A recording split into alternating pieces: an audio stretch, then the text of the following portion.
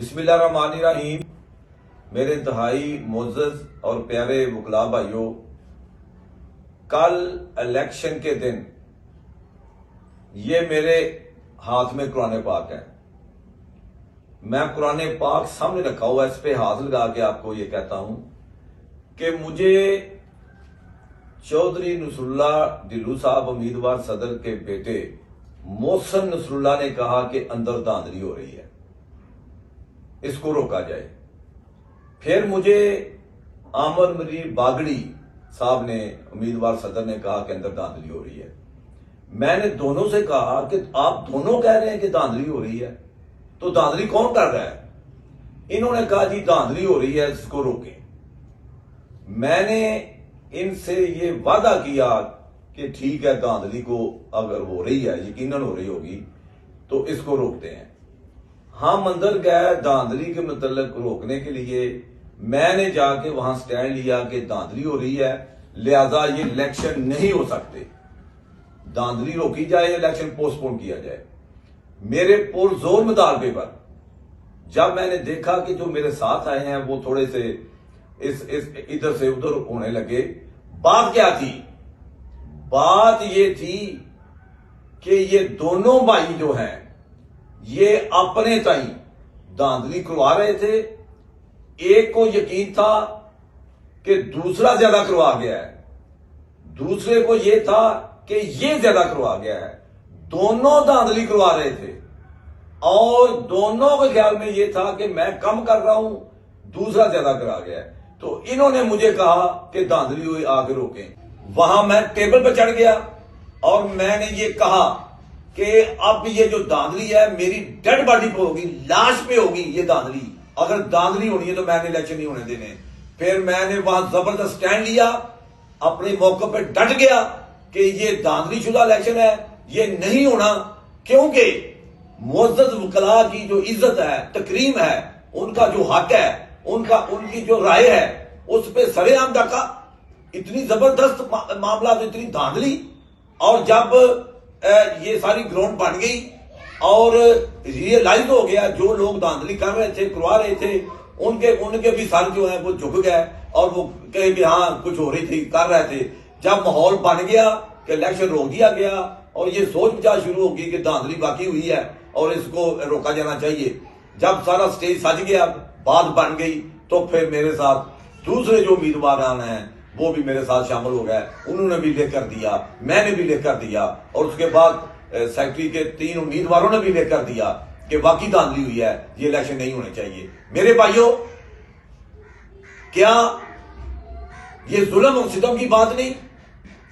इससे बढ़कर और क्या बात ध्यान की जुल्म होगा कि एक वकील और उसकी राय और उसकी इज्जत एहतराम एक चारदीवारी के अंदर चंद हजार लोग, और हम एडी चोटी का जोर लगा दें एक को जिताने के लिए, एक को हराने के लिए।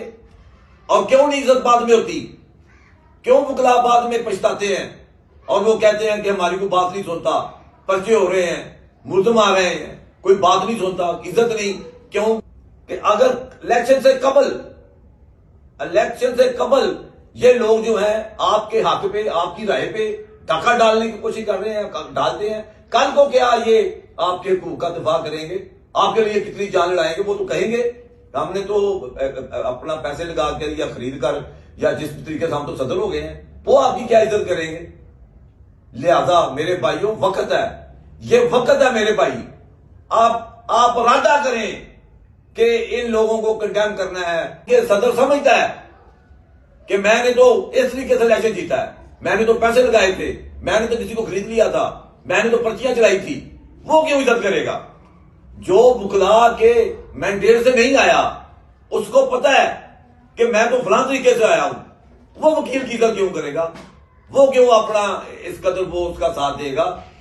वो साथ देगा जो साफ तरीके से आया है, शफाफ तरीके से आया है। मुझ जैसा जिसके खिलाफ धांधली की जा रही थी कल, जो बड़े हैं, इन्होंने प्लान बनाया। बात क्या थी? बात ये थी, ये पशेमा हो गया कि दूसरा ज्यादा कर रहा है, वो समझता है ये ज्यादा कर रहा है। धांधली तो मेरे खिलाफ हो गई थी।